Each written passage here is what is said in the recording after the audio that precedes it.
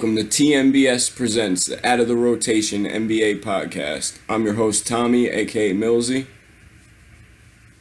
I'm Aaron Rose, your co-host. You can call me Coach Rose or The Bizness. The Bizness. What up, Tommy? What's good, man? How you doing today? Doing good, man. Excited to talk about the first month of the NBA season. A lot of storylines to cover. I'm looking forward to breaking down what we've seen in the last, the first, 10 or 12 games here for these teams.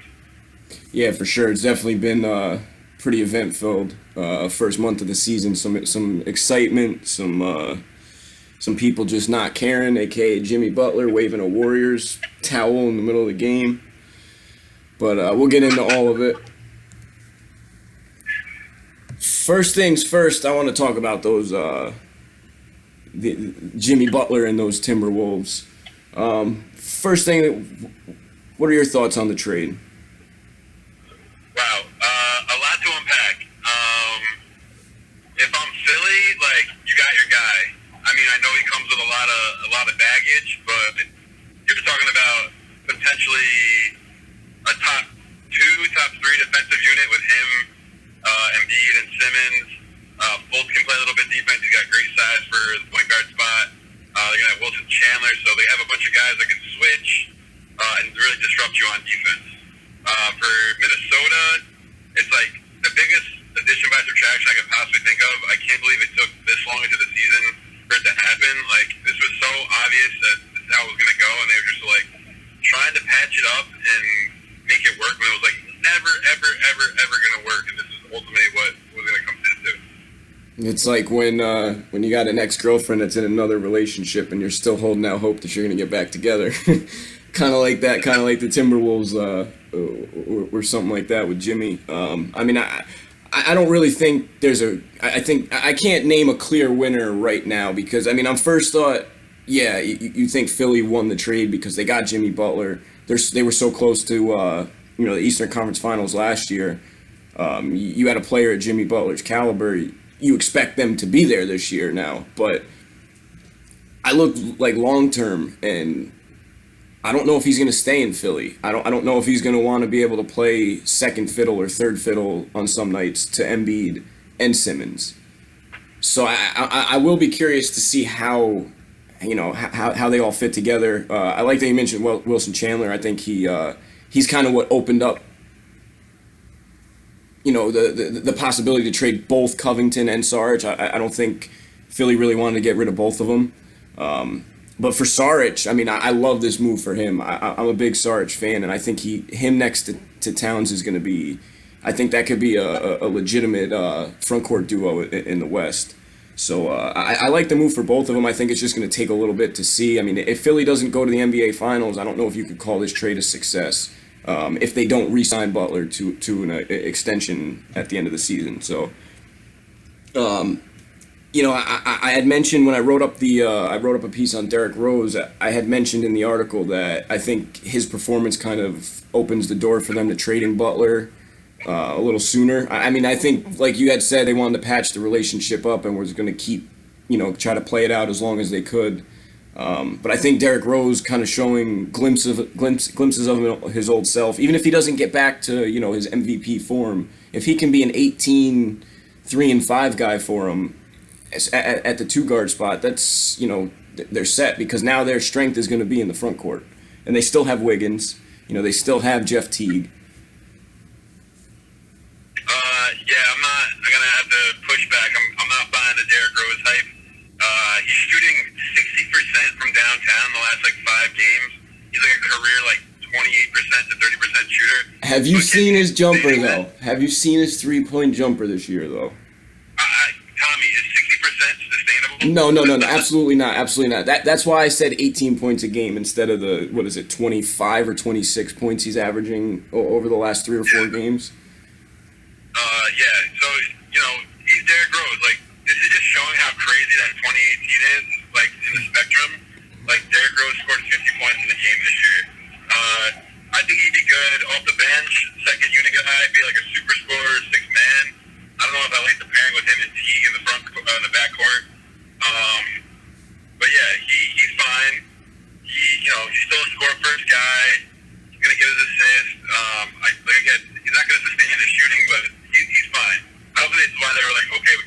trade, but I guess he's shown them a little bit of something that gave him a little bit of optimism. I agree with the more so of him being a six man. I think Okogie should start. Obviously better defensively, a little more size. I think closing out games is when you go to the Teague Rose backcourt. You have two ball handlers. Teague's not a great shooter, but he's not a bad shooter by any means. I mean, what is he, about 36 to 38%? So I mean, it's actually a pretty good 3-point shooter. Yeah, he's not there.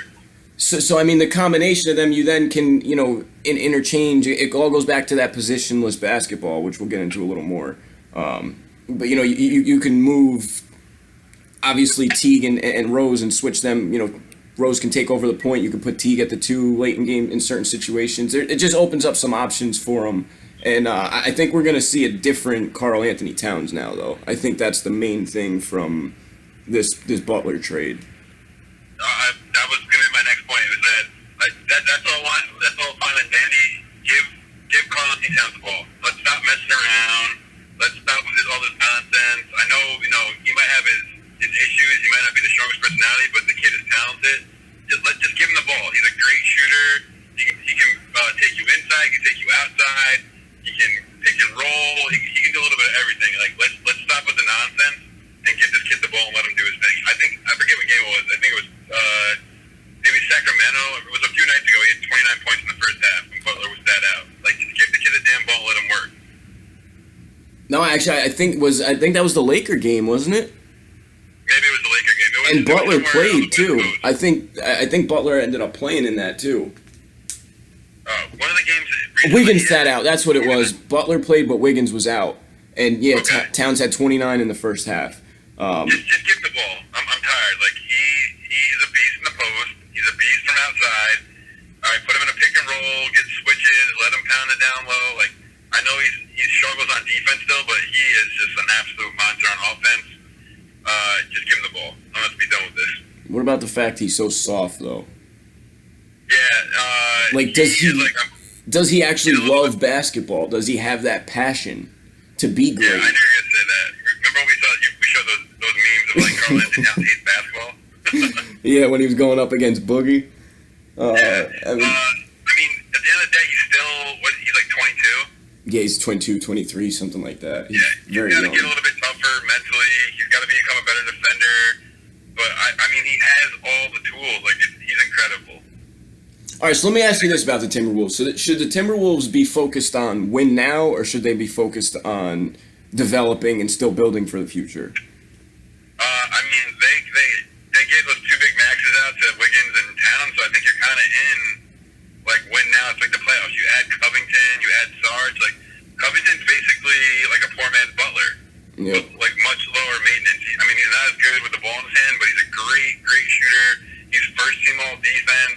I'm a big fan of Sarge too. So I think Sarge, Wiggins. I'm not a huge Wiggins fan, but Wiggins, Towns, Sarge, Covington, Teague, D Rose. You can bring Tyus Jones off the bench. You have a Kogi. You still have Todd Gibson. So I mean, I think they're 4-7 right now, or something along those lines. There's 3 games out of the 8 seed. It's time to start making a push here. The excuses are over for Towns and Wiggins. You got the quote-unquote cancer out of the locker room. Now it's time to shut up and play basketball. I agree, and I also agree with you on the Wiggins thing. I mean, he's better than I had said coming out. I was like, oh, he's going to be a bust, all this. But I said that one day because I was bitter because I was watching a Kansas game, and all his drives in college were travels. I don't care what anybody says. This guy's taking 3 steps and getting away with it. And I'm like, that's not going to fly at the NBA level. So he's a little better than I had given him credit for, and especially on the perimeter, he's a little bit of a better shooter than I had given him credit for coming out too. He still needs to work on it, but he's in the same boat as Towns. He's what, 22, 23? So Yeah, I think he's a year older. Yeah, same thing, 23. the good thing about it now is that they can build together. Those two, you can get a nice chemistry between Towns and Wiggins and build off of that, as opposed to, and then bring in a free agent who fits in with what you're doing instead of more, trying to jam a round peg into a square hole. Like Sarge is about the same age too, so he can grow with them. Covington's mid-20s, so they have a nice core. Teague's a little bit older, but he's stable. valuable, and that contract's up in 2 years anyways, I think. And Teague's a good locker room guy. So is Derrick Rose. Yeah. Like, they're both guys you can keep around. Those are solid veterans to have on your roster and in the locker room. Yeah, I like Tyus Jones a lot. He's probably their best shooter, to be honest. Well, they have Covington now, but besides Covington, he's a guy who can shoot the ball, makes good decisions with the ball in his hand. They need low maintenance guys that are just going to play, not cause problems, and let Towns stay out of Towns' way mostly. I agree. You see, it kind of like just what the Bucks did with Giannis. Surround him with shooters, surround him with defense and shooters. Mm-hmm. We'll move on from the T-Wolves. That's enough time on a non-playoff contending team right now. Move on to the slow starts for two teams in particular. I want to talk about and get your opinion on the Wizards and the why can't I think? Wizards and the Rockets. I don't know why I couldn't think of the name. But yeah, as you know, the Wizards and the Rockets have gotten off to really slow starts, especially the Wizards, and they're tied right now against the Magic 30-30. So what do you think is the problem for? We'll start with the Wizards. What do you think the problem is for the Wizards? Oh boy, where do we start? They got to make a trade. I don't know. You already have this thing with John Wall and Bradley Beal, where like they're both the alpha, but they get along fine on the court, but off the court it's whatever. Yeah, they're talking about each other to the media, but then on the court they're getting along. It's been a little bit suspect from the beginning, but I didn't mean to cut you off. So your solution to that? Okay, so you ship out Gortat, whatever. Him and Wall don't get along, or you bring in Austin Rivers who can't shut up. And then on top of that, this is even crazier. You bring in Dwight Howard, Mr. Locker Room Cancer himself, who starts the year hurt because he has like a pulled ass muscle or butt muscle, and now we're throwing gasoline on the fire. So they don't play any defense. They don't communicate. John Wall still can't really shoot the ball that well. Bradley Beal. If I'm making a trade, it's going to be hard now because John Wall is starting that supermax. Mm-hmm. I'm trying to trade Wall for something and just build around Beal. So you're trading Wall instead of Beal. I'm keeping Beal. He's a better shooter. He's become a better playmaker. He's in shape. He's not talking about how he got his money. He's going to the club like he can live his life like everybody else. So it's either that or trade Porter, but I don't know how much you're getting in return for Porter. You're not getting shit for Porter. Otto Porter has fallen off a cliff in Washington. That I never was a big fan of him from the beginning, and I hated the contract that they matched the Brooklyn's offer sheet with him. Was it Brooklyn? Yeah, it was Brooklyn. And they matched the offer sheet and re-signed him. I didn't like that because they had Kelly Oubre behind him. Oubre's an athletic three who can shoot, and he's lefty. Why not make the move to Oubre, who fits better with what you're doing with John Wall and Bradley Beal?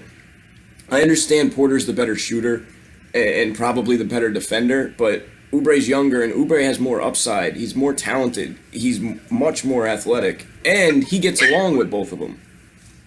Yeah. I don't. I'm just like whatever about Porter. He probably makes too much money, but they had to match it because they didn't want to lose him for nothing. Mm. It's just like a team that, like Brooks is whatever. He doesn't excite you as a coach. Wall is like doing his thing at the club, getting his points, but like, is he really helping your team win? And next year that Supermax kicks in, he's making 40. Yeah. So God bless them trying to trade him because they're not going to get what they want back. And I don't know who's going to want to take on that contract. See, I like Wall. I looked up his stats earlier today. He's shooting 46% from the field, or 45.7% from the field, but 29.8% from three. I mean, he's not a good jump shooter. Forget a 3-point shot. We'll talk about a inside the arc 18-foot jumper. Even that's ugly. Like, he's just not a good shooter. Period.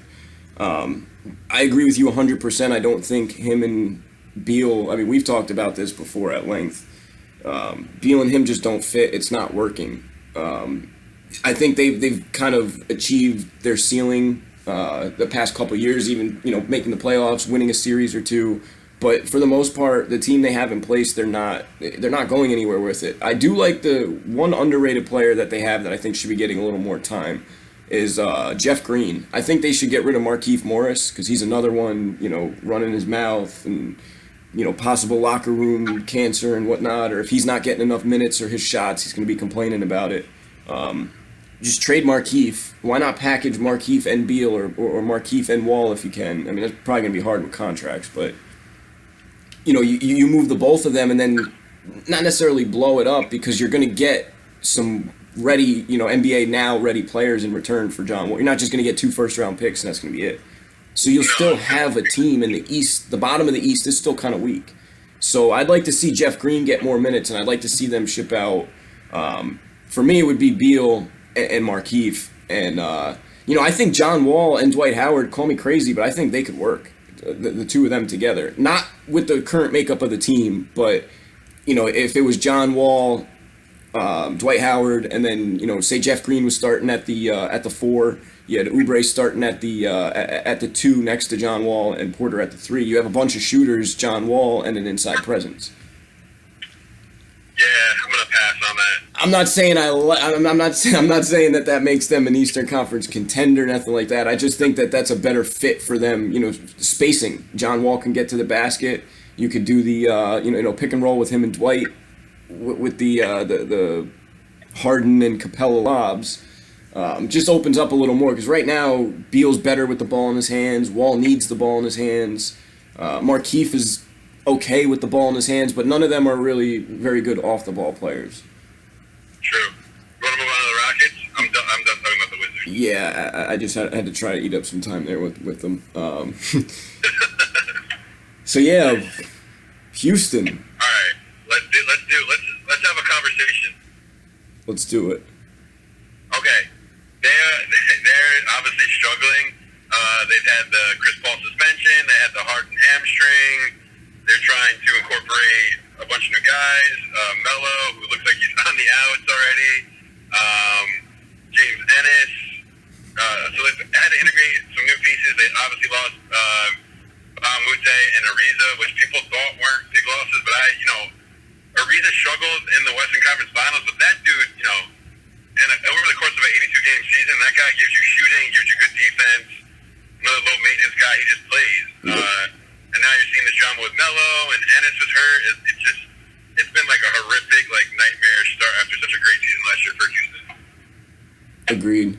I didn't like the Ennis signing personally, or the signing or trade. I don't remember how exactly they got him, but I just because I knew they said he was going to likely come in and start. He's not going to replace Ariza.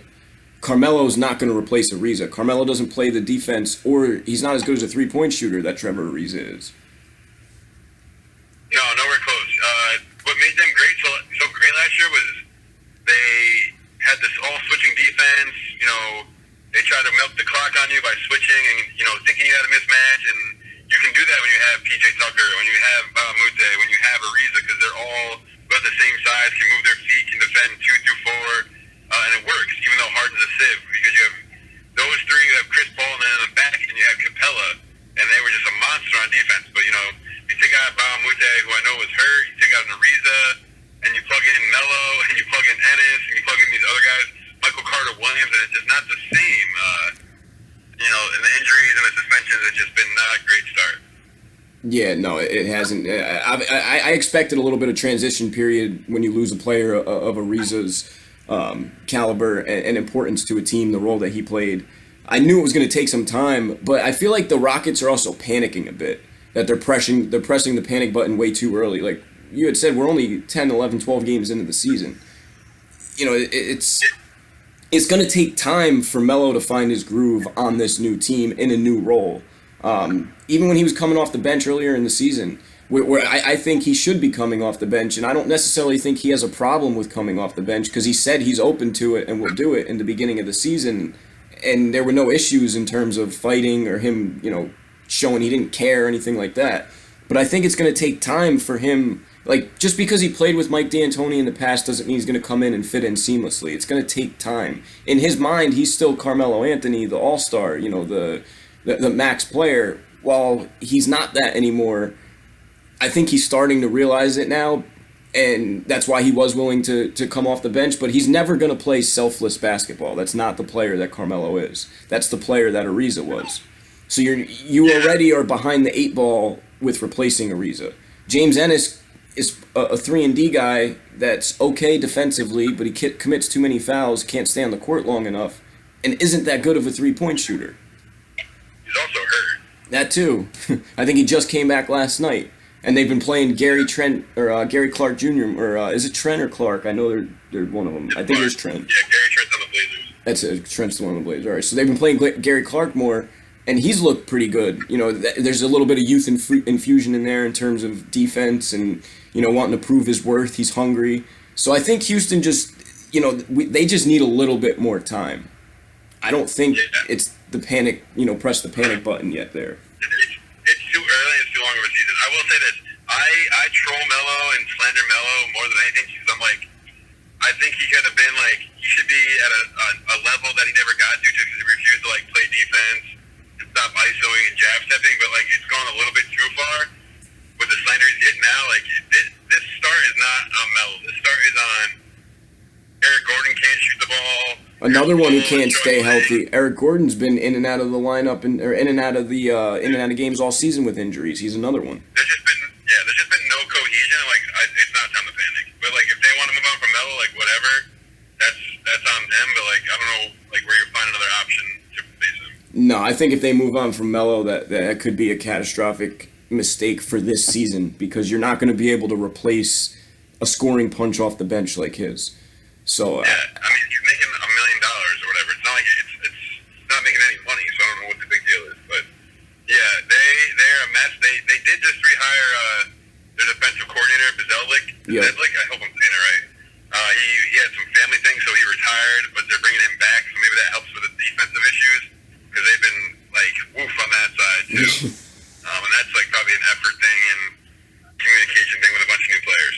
I mean, that's also what's kind of standing out about the Rockets, too, is they're not scoring 130 points a game this year either. You know what I mean? They're in a lot closer games as well. They're not putting up those points. Harden struggled. He's had injuries.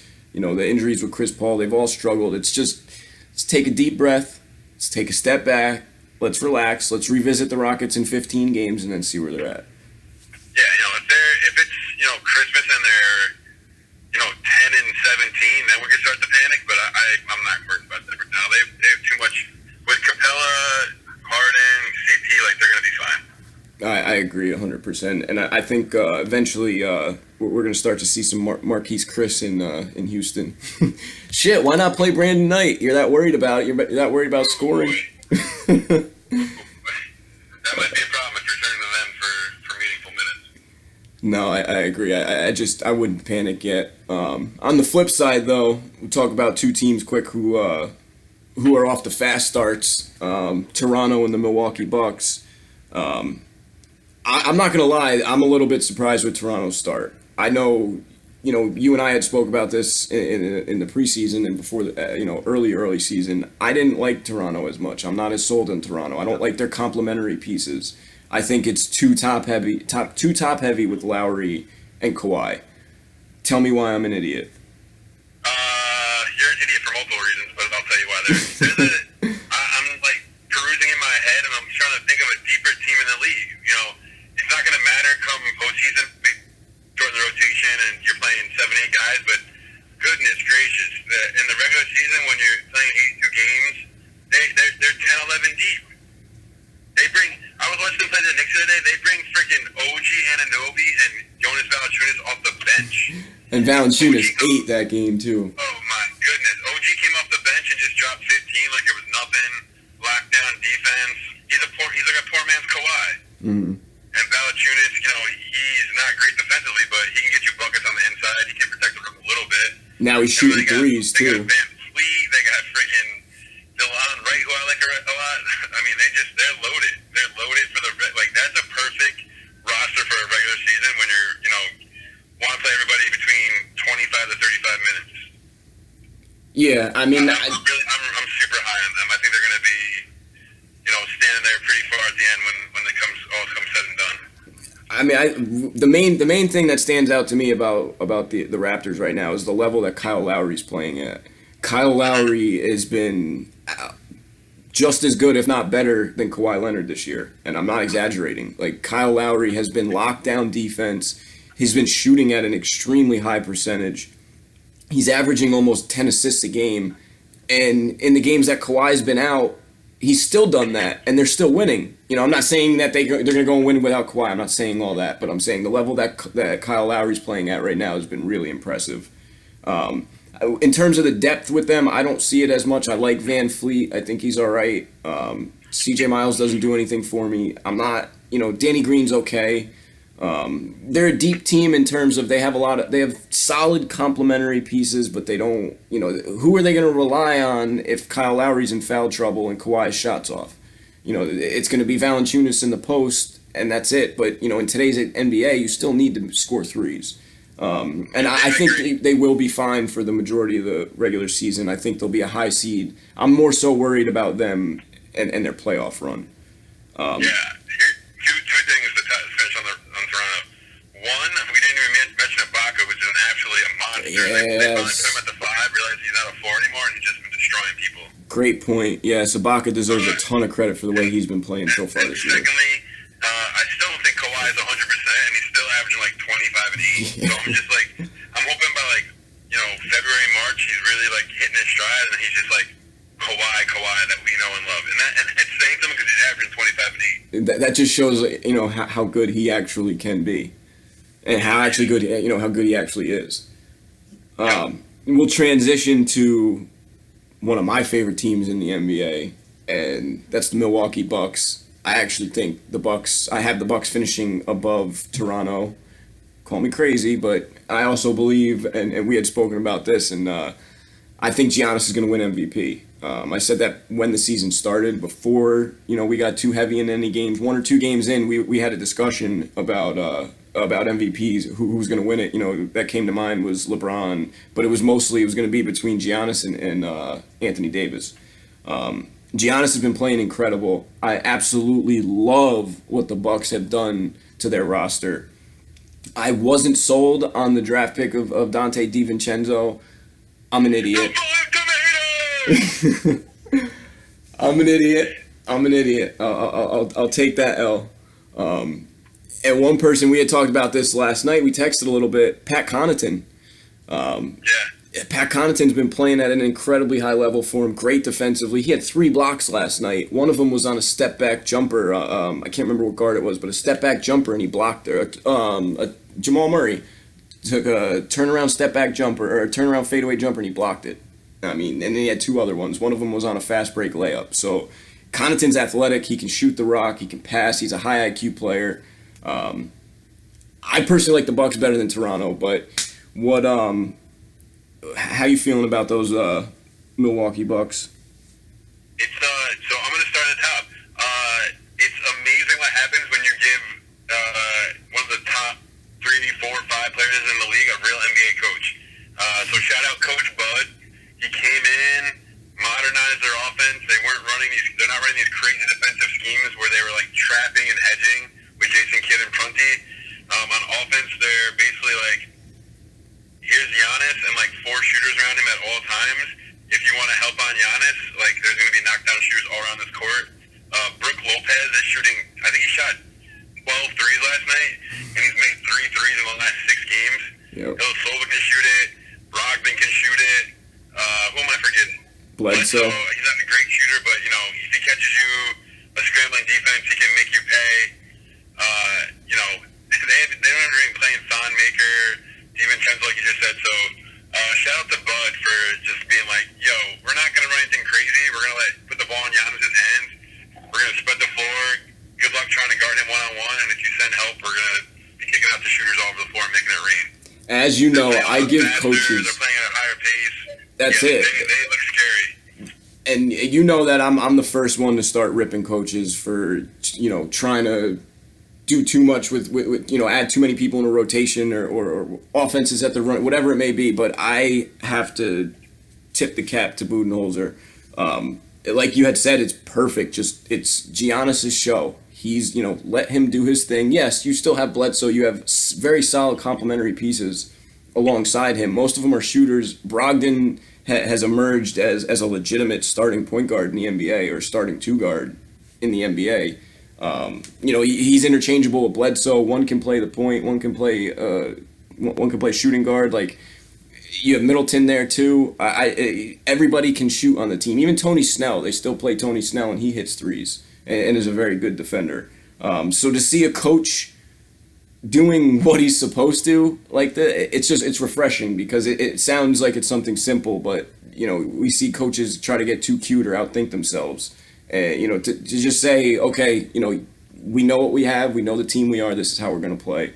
It's just refreshing to see, and then how well they're playing in that style. It's like you said, the pace up. That's how they should be playing. That and shooting threes. That's their makeup. That's their strength. Yeah, it's a long season, but you got to be impressed with what they've done so far. They go to Golden State, blow the door. I know Steph got hurt. They blow the doors off Golden State in Golden State. They look good. They're running a modern offense. Like, it's sustainable stuff. It's not like it doesn't seem fluky. Yeah, exactly. It seems like it's going to be sustainable. Like you said, it is a long season, and we'll revisit it again in a month or two. But as of now, it's definitely been impressive, and it also it does help having a guy on a fast break that could take off at the 3-point line, not travel, and still get a layup. So. Shout out my Giannis future prop. I have him plus 350 to win MVP. It's looking pretty good right now. Davis is flipping a little bit. Yeah, let's get it. And we all know AD is Mr. Paperweight. So, and I love Anthony Davis, but he is a paperweight. So he's already missed a game. 2 games this year with the elbow? Yeah, let's knock on wood. I don't want anybody missing games. Yeah, I don't want anybody getting hurt. I'm not saying that. I don't wish injuries upon anybody. I just, it's I'm a new man nowadays.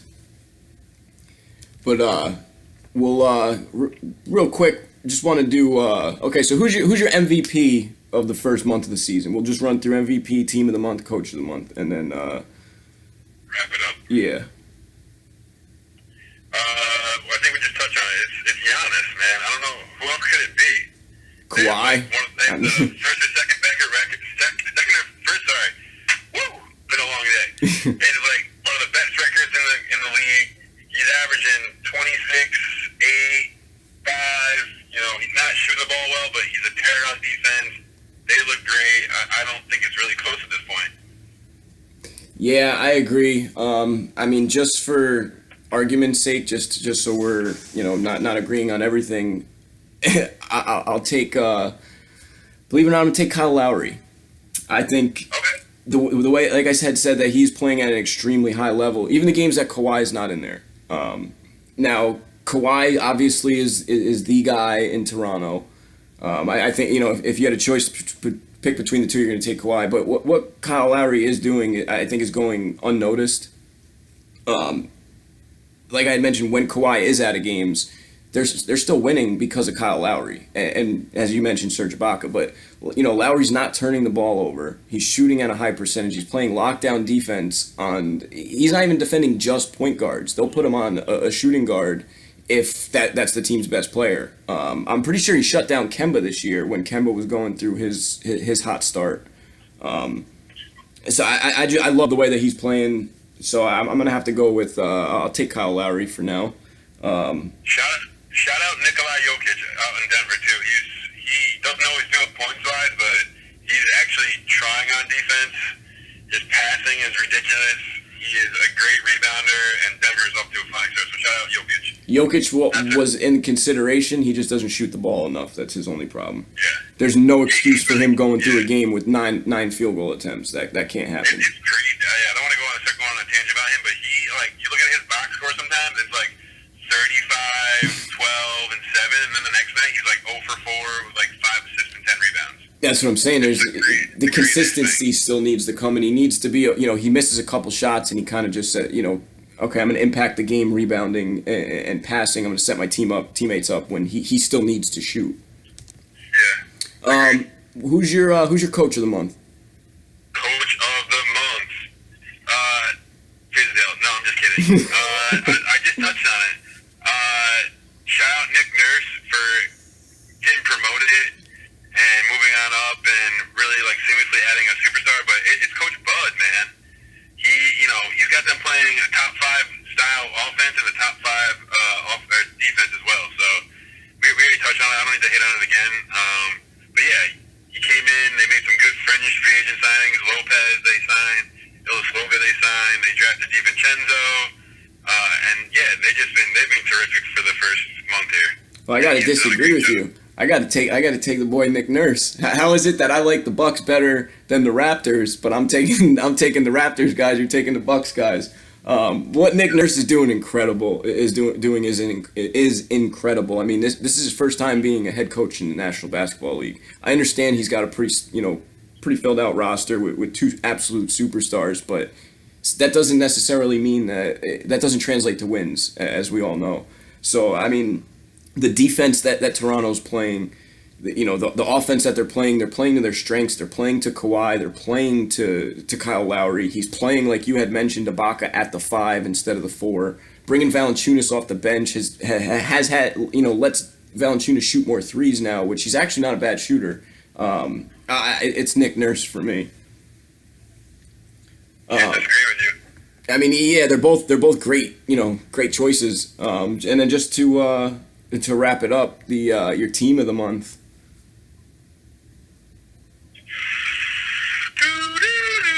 Team of the month. Let's go with Denver. We've really been talking about the Eastern Conference a lot, but I want to take a second to just commend them on actually giving a shit about playing defense. They've been way more improved on that side of the ball. They changed their philosophy. They have the big guys dropping off into the paint and kind of sealing the paint off and giving up long twos. There'll be some course correction. I'm sure they'll have some nights where they get roasted, but they've been much better. And dude, Jamal Murray, the Jokic, and the Gary Harris trio, it's so underrated, the three of them. You know what the best part about Denver is? Denver's without Will Barton. That's the best part. Yeah. They still don't even. When Will Barton comes back, I mean, I'm very high on Denver. I'll say it right now. I've had Denver as a top 3 team in the West this year. Call me crazy, but the defense they play, they can play positionless basketball. They can match up with anybody. They might be the deepest team in the NBA. I understand Boston. Well, they're up there with Boston. We'll say that. Them and Boston are the 2 deepest teams in the NBA. Trey Lyles is playing at a high caliber right now. Juancho Hernan-Gomez. I mean, they're so deep. Yeah, they've been impressive. Who's your team of the month? I'm gonna go. I mean, I hate to go back to it, but I got to take the Bucks.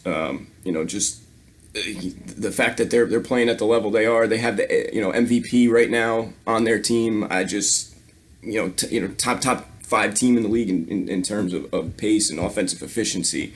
I can't not. It's Milwaukee for me. Yeah, I can't disagree with you, man. They've been great. There's been a lot of people playing well, a lot of teams playing well. Really, no bad choices. Exciting. The Butler saga is finally over. They can finally play some real defense and give Towns the ball. So I'm looking forward to seeing, kind of what's going on here in the second month. We're starting to get a feel of what teams are doing. Our Knicks are heating up the tank. They lost by 30 last night to the Magic.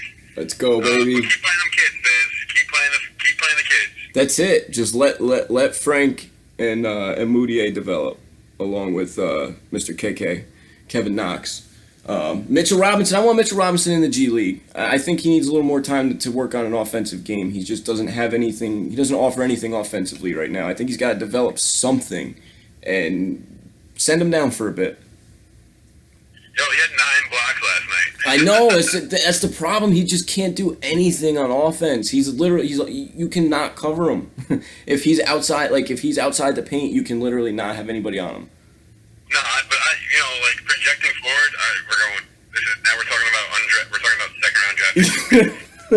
I don't think his future is going to be like a very expensive offensive game. I think it's going to be like the DeAndre Jordan rim runner, Clint Capella, like shoot 65% and just lobs and dunks and tip-ins and offensive rebounds. Like I don't think they need him to be much more than that. No, I agree 100%. You're hoping that KP comes back. You're number one. You're hoping Knox can be the supplementary guy. You're hoping Hardaway Jr. can fill in and be the shooter. And then you just really need a guy, if you want to go super big and play Porzingis and Robinson together, wow. That's a lot of length. And then you have Frank on the floor too with Knox. That's a lot of length. You can do that because KP can stretch the floor, but we're getting ahead of ourselves. Yeah, I was going to say Mitchell Robinson reminds me of Hassan Whiteside without the attitude problems. So I've heard that comp. That's fair. If he can just develop, like you had said, a little more rim running ability, a little more little something more around the basket. But why? He's still, you can't complain for a second round pick. No, he's a steal, man. 9 blocks last night, man. Oh God. Well, the future is getting bright a little bit in New York, and then hopefully one of R.J. Barrett or Zion will be there next year. Oh, I don't want to think about it. Nothing ever good happens to it, so I don't want to think about it. But Yeah, we'll end up picking fourth, and somehow Cam Reddish, Naz Little, R.J. Barrett, and Zion will all be gone. So we'll get the 4th pick probably. Yeah, exactly. It'll end up with Cam Reddish. Hey, I mean, that's not a bad consolation. No, I know, but still, R.J. Barrett or Zion, come on now. Yes, sir. What happened? I said yes, sir. And I'm a Carolina guy saying that, so that took a lot. But I appreciate you co-hosting here with me. We'll be back probably about a month or so after the next month of the NBA season. Go a little more. I also have to apologize for the scruffiness. It's No Shave November. So that's why it's not really trimmed. I'm not some. If you've seen the other podcast, you'll see I don't normally look like this. So it's just for No Shave November.